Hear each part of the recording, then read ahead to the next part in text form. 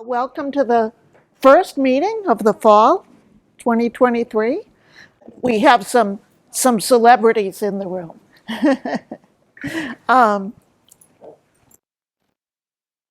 You are probably here because you were in the Saugus band, and most of those who were in the band might have been under the music director Jerome Mitchell, and two of his daughters have arrived.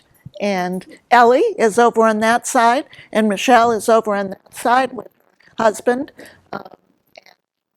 Quite a few other people here, I think, have been in the band. But many of you know, if you have lived in Saugus a while, that the band was really well known throughout North America. Saugus band was famous. The band actually formed in 1936. So here we see one of the first pictures of the band under the director then, who was Donald Hammond.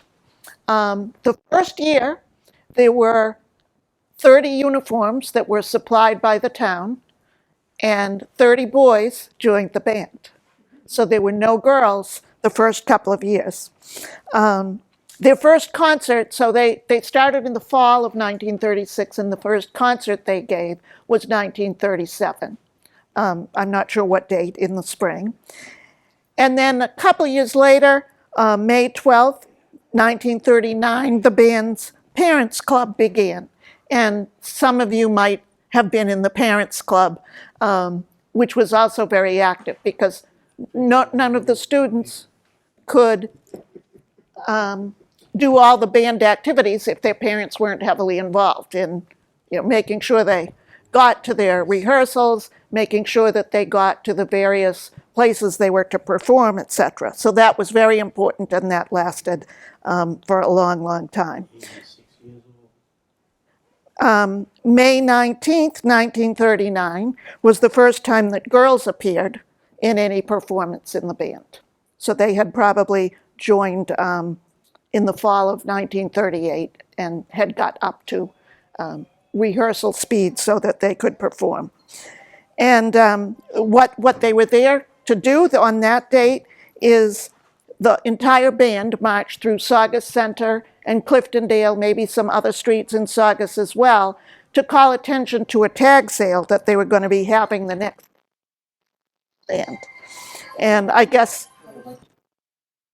it got some attention because on May 20th they held a tag day, and they netted what seemed to them impressive, but I couldn't resist telling you it was $170. But this was 1939. Then on May 30th, which was Memorial Day, they marched in both Lynn and Saugus's Memorial Day parades. And Lynn paid them $100 for their appearance and their musical services during the parade. Donald Hammond served as director until the very end of 1943. And on January 6th, he directed his last concert he thought it was going to be his last concert. And he introduced the new director, Mr. Germain, whose first name I never did find out, who would conduct the band while he was away serving in the Army. And when and if he was able to come back, then Mr. Germain would step down. That was the understanding. So on March 19th, 1946, Mr. Hammond returned to Saugus out of his time serving in the Army and conducted his first public appearance on April 11th, so just a month or so later. That was 1946. And he didn't stay very long, though, this time. I don't know whether he went on to another school, a different job, but in October he departed again, and the band gave him a briefcase as a going away gift, which I guess if you're departing that quickly, that seems like a suitable present. And Mr. Germain came back and resumed his position there. So he remained for quite a while, but 3 years later, in October 1949, Mr. Mitchell came to Saugus. And he became the director for many decades after that. And for most of us, when you think of Saugus Band, that's the name that pops up. He grew up in Lynn, and I don't know, he must have been interested in music quite early on. He had to leave college in his freshman year because his father died in 1939, and he had to work to help support the family. And then just a few years later, in 1942, we all remember what sorts of things were going on in the world then. World War II, and the US was involved at that point. He got drafted, and so he served in the 100th Infantry Division Band. And so what that basically meant was that he traveled all around Europe, mostly entertaining the troops, doing performances for all of the soldiers that were stationed there throughout the war. And I think it's sort of key that he did so much traveling, because it gives you an idea of where he might have got the idea to take the Saugus Band on so many trips and get to see so many places. When he returned after his tour of duty, he got married, enrolled at BU to finish his degree, majored in music. And in 1949, he moved to Saugus, took the position as band director, and stayed there ever since, and lived in Saugus. Let me show you a few more things. So this is actually a close-up of Mr. Hammond. It's sitting in the center. You know, I knew it, that must be him, because everybody else looked like they were in high school. And Mr. Mitchell, not when he first arrived, but at some point. I don't know exactly when that picture was taken.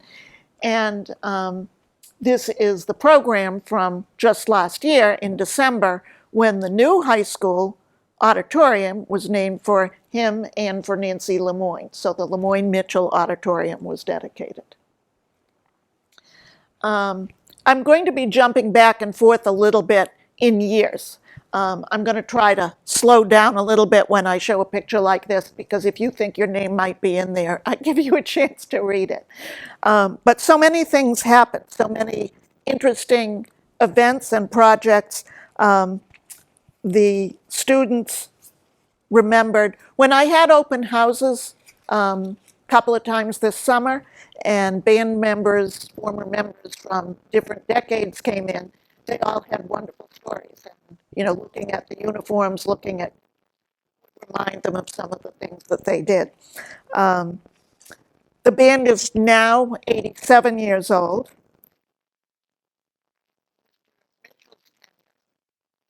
A number of amazing things.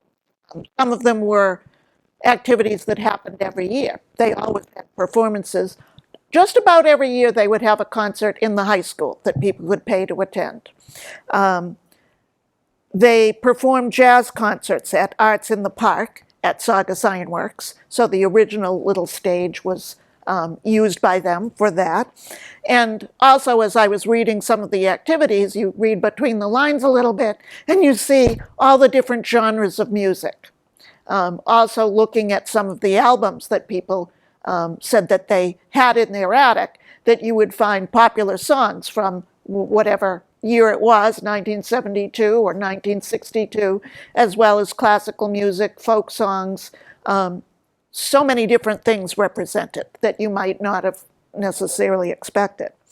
They would do annual Pops concerts in the gymnasium, which were music that the students were familiar with. Come on in. There is a seat over here. And Mr. Mitchell was the music director, which meant that in addition to what we usually think of as band, a lot of other groups were connected and under his direction. So there was the band, there was the baton squad, who, you know, were often marching in the parades with them. There were the Sachemettes. I am not really sure what they did. It might have been some baton twirling too, but they were listed separately from the baton squad in many of the things that I saw. Flag squads who did flag twirling. Chorale or chorus, depending on what year it was phrased differently. So people who did singing, and glee club, which was similar. Also, there was a junior band that were younger students, not in high school yet. So, as we called it in those days, junior high, and even some students playing instruments in the elementary schools around town that he would be involved with in one way or another, getting them trained and probably getting acquainted with what their skills were to see where they might fit into the band in 6 years or 4 years or however long they had to go before high school. Of course, they did what you might expect of a high school band. They performed at sporting events, many games, especially the football games, both home and away, parades, not only Saugus, but many other towns, local towns regularly, but sometimes they would travel many, many states away.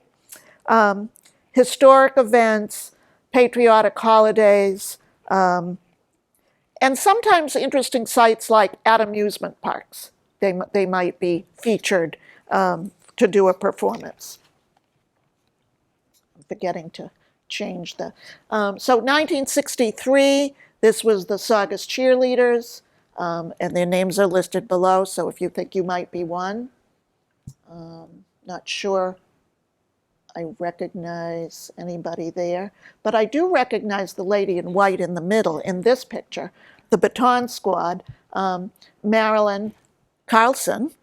As she became Marilyn Carlson, and I think Monica was how you pronounced her maiden name, but she was the baton captain. So that's her in the middle.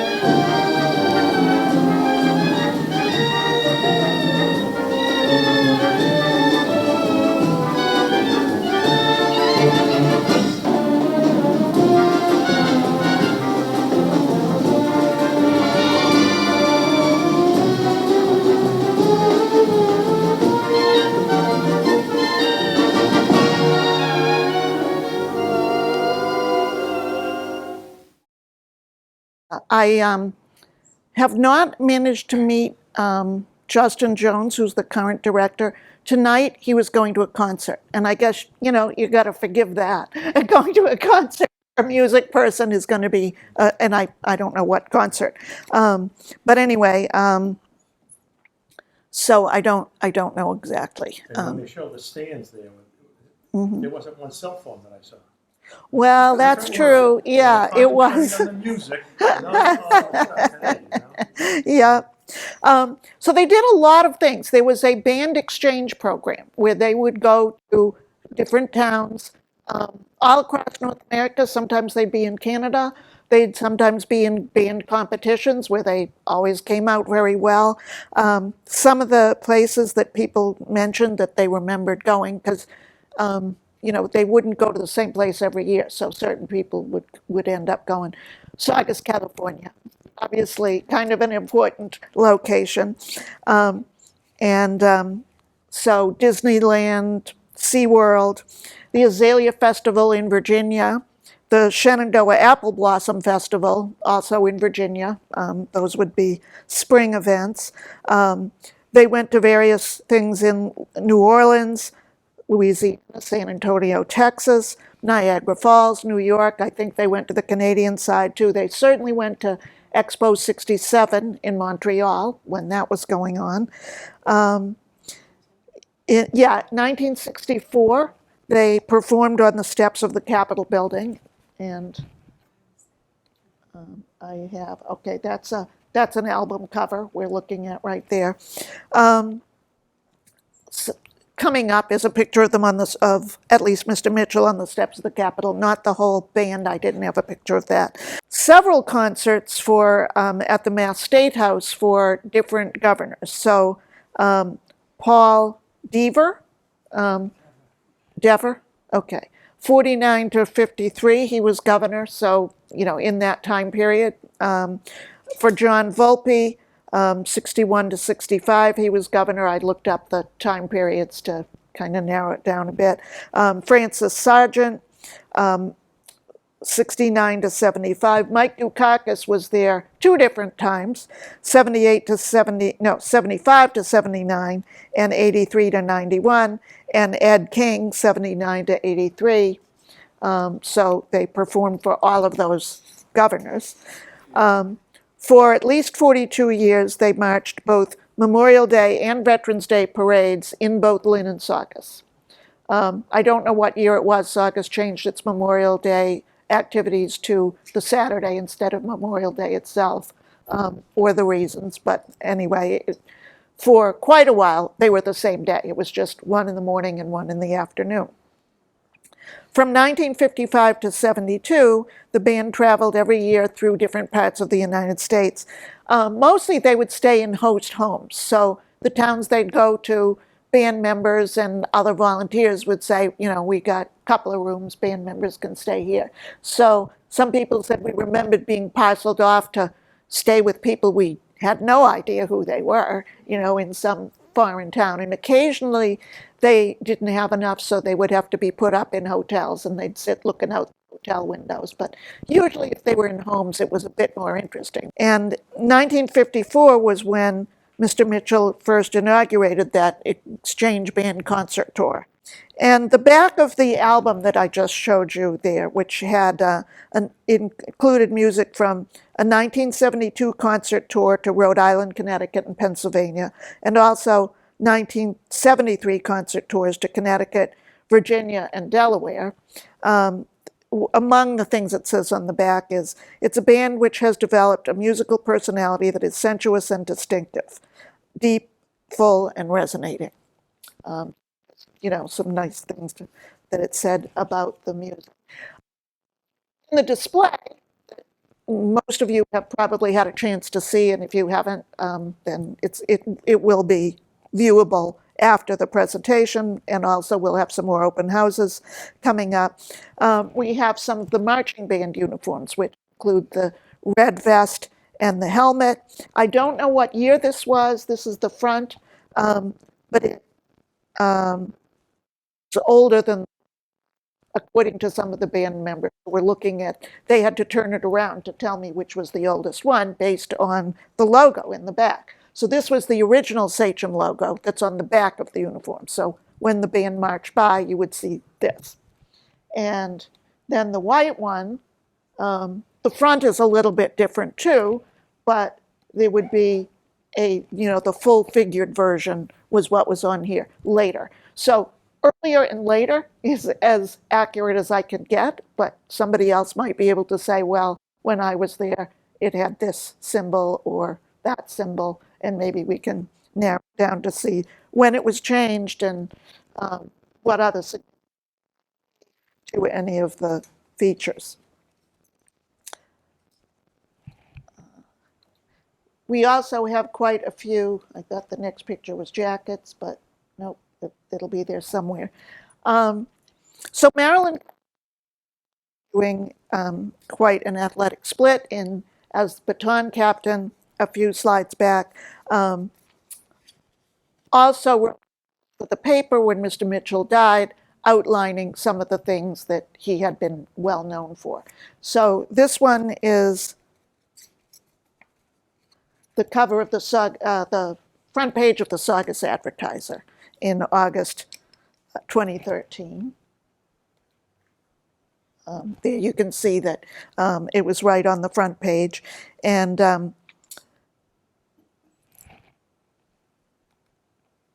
then this is the Lynn item on the B section, which covers towns other than Lynn, where they call it the Saugus Neighbors on the front page, remembering Mr. Mitchell by his nickname, which was the Music Man of Saugus. People outside of town, Saugus as well. And so that is, I'm not sure what year, 1954, picture of the band. So one of the early ones. Here's a picture in the State House. So this is 1979, and I believe the reason that year was significant, 350 years after the founding of Saugus in 1629.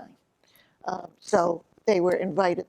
You can see them inside the State House at this point, shaking hands, Mr. Mitchell shaking hands with the governor. And here are a few familiar people viewing the exhibit. Yeah, I had to do an awful lot more math in my head than I generally like to do, trying to figure out what was going on at what time.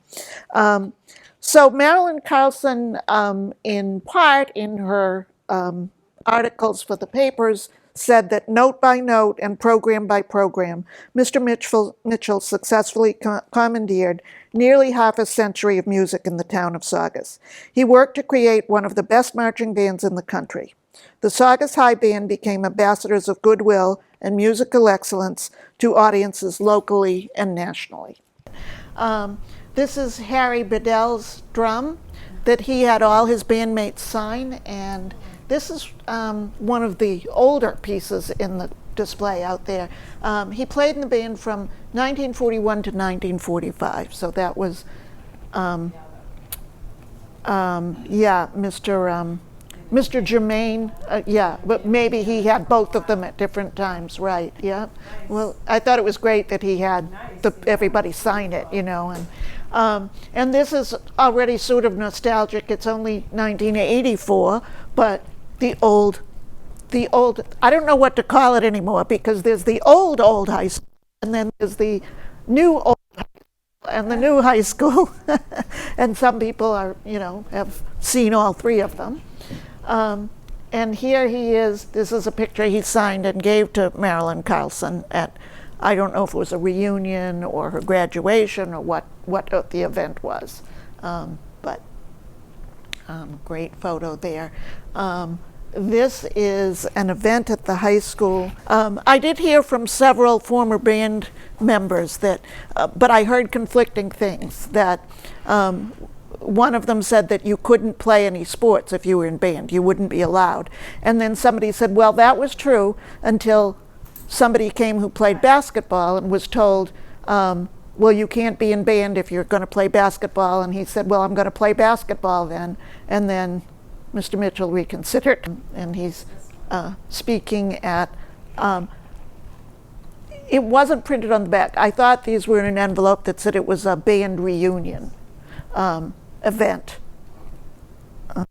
And I might have the date that I think it is. Michelle, isn't that like family members there? 1987? I don't know. Like my cousins, It's, oh, okay. Well, were they all in the band too? they would have gone. They probably. I don't know. It's hard to I think these pictures came from Marilyn Carlson. So Marilyn Monica Carlson, yeah. So I will ask her. Yeah. And I don't know where this was, because it said April, and I'm suspicious of the date because of the poinsettia on the table. You know, that I think it. Now, I have been known to leave my tree up a disgracefully long time, but probably, you know, the April would be too late for you to find. Okay. Probably, although that looks like a blackboard behind. So I was, but it's got curtains like a house. So I don't know. You know, I didn't recognize the location. This is the frontispiece of 1950-something yearbook, showing the band and cheer squad at halftime during a football game. And I don't know, it doesn't look like Saugus to me, but, you know, it was a while ago. Because they, Manning Bowl, is it? It looks oh, Manning Bowl, okay. Bowl in the back. Ah, all right, mm-hmm. Concrete, Yeah, I may be okay. wrong, but That would be a likely thing. It was the frontispiece of a yearbook. And, you know, I looked all over because I thought it was going to say where it was, but I didn't find that information.